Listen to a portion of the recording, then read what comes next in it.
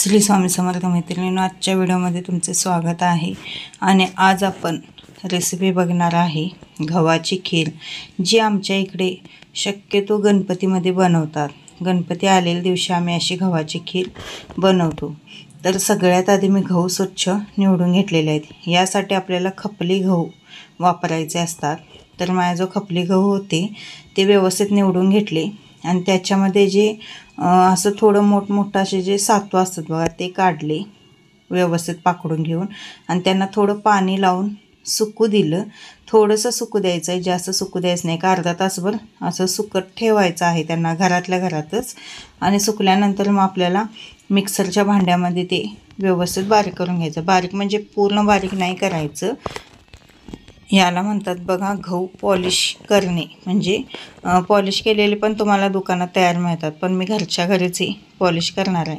अशा पद्धतीने मिक्सरच्या भांड्यामध्ये आपण ते गहू घालायचे आहेत आणि मिक्सर बंद चालू मी तुम्हाला व्हिडिओमध्ये दाखवत आहे त्या पद्धतीने बंद चालू करता आपल्याला ते थोडेसे म्हणजे बारीक पण नाही आणि मोठे पण नाही, असं मध्यम साईजचे आपल्याला करून घ्यायचे आहेत। असे सगळेच गहू मी आता करून घेणार आहे। जवळजवळ पावशेरपेक्षा जास्त गहू आहेत ते। एवढ्या गव्हाची खीर भरपूर होते, कारण त्यात आपल्याला बाकीचे जिन्नस पण ॲड करायचे असतात। असं का करायचं तर गहू शिजतात पण व्यवस्थित, आणि मोठमोठे गहू असतात बघा ते खाण्यासाठी पण असं चांगलं लागत नाही। तर असं केल्यामुळे गहू शिजतात व्यवस्थित, त्यामुळं आणि खायलासुद्धा चविष्ट लागते, त्यामुळे असं करून घ्यायचं। आणि खपली गहू हे म्हणजे चवीलाच खूप वेगळे लागतात। आपले जे साधे गहू असतात त्याच्यापेक्षा ते खूप वेगळे लागतात। आणि बघू शकता तुम्ही मी सगळे ते गहू व्यवस्थित पॉलिश करून घेतलेले आहेत।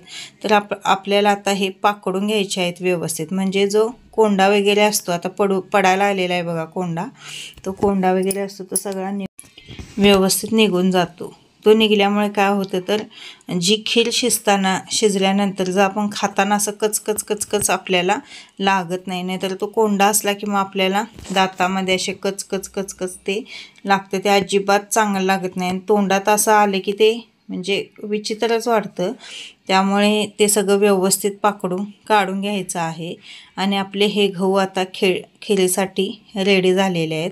तर आता मी यांना भिजत घालणार आहे। 4 ते 5 तास भिजवायचे। भिजवल्यामुळे काय होतं तर व्यवस्थित म्हणजे शिजतात ते, आणि खीर एकदम अशी मेणासारखी शिजली जाते। त्यामुळे आपण 5 ते 6 तासासाठी भिजत घालायचे आहेत। भरपूर पाणी घालायचं आणि भिजत घालायचे। बघू शकता तुम्ही गहू मी किती बारीक केलेले आहेत, आणि 5 ते 6 तासासाठी मी आता ते भिजत ठेवलेले आहेत। त्यानंतर 5 ते 6 तासानंतर ते गहू मी कुकरमध्ये घातले, पाणी काढले त्यातलं सगळं आणि ते कुकरमध्ये घातलं। त्यात थोडंसं तांदूळ, हरभऱ्याची डाळ थोडीशी, आणि आपल्या ज्या शेवया असतात त्या शेवया थोड्याशा घातल्या। त्यामुळे काय होतं तर खीरीला चव खूप छान येते। आता ह्या शेवया मी तुम्हाला दाखवलेल्या होत्या, मे महिन्यामध्ये मी करून आणलेल्या होत्या, तर त्या शेवया घातल्या। तुमच्याजवळ त्या नसतील तर ज्या विकतच्या शेवया असतात त्या घाला। आणि खीर शिजायला भरपूर वेळ लागतो, लक्षात ठेवा। एकदा मी एवढं भिजत घालून एकदा बघितलं तर शिजलेली नव्हती, परत अनेकदा मग मी 3 ते 4 शिट्ट्या दिलेल्या आहेत। आणि हा कुकर थोडा छोटा झाला ते शिजण्यासाठी, सगळं पाणी पूर्ण आटलेलं आहे बघू शकता तुम्ही। आणि खूप छान पद्धतीने आपले ती गहू शिजलेले आहेत, एकदम असे मेणासारखे गहू आपले शिजलेले आहेत। व्यवस्थित शिजणं हे खूप महत्त्वाचं असतं। आता इकडं मी पाणी गरम करायला ठेवलेलं, आणि उकळलेल्या पाण्यात मग ते गहू सगळे ॲड केले शिजलेले, कारण अजून 10 ते 15 मिनटं मी त्याला चांगलं शिजवणार आहे। गूळ घालायचा नाही लगेच, लक्षात ठेवा, कारण गूळ घातला तर मग आपले गहू जे शिजायचे थोडे राहिलेले असतात ते शिजत नाहीत। त्यामुळे आधी थोडा वेळ शिजून द्यायचं आणि त्यानंतर मग गूळ घालायचा।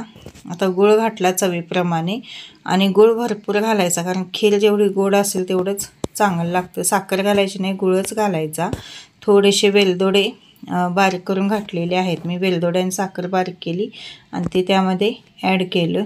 तसेच बेदाणे आणलेले होते, काजू आणि बेदाणे, ते दोन्ही मी घातलेले आहेत। आता ड्रायफ्रूट्स तुमच्या आवडीनुसार तुम्ही घालू शकता। आणि थोडीशी पातेल्यात मी वेगळी काढून घेतली आणि त्यात दूध घालून परत शिजवलं, कारण खाताना आपण थोडंसं वेगळं काढायचं आणि दूध घालून शिजवून मग आपण खायचं आहे.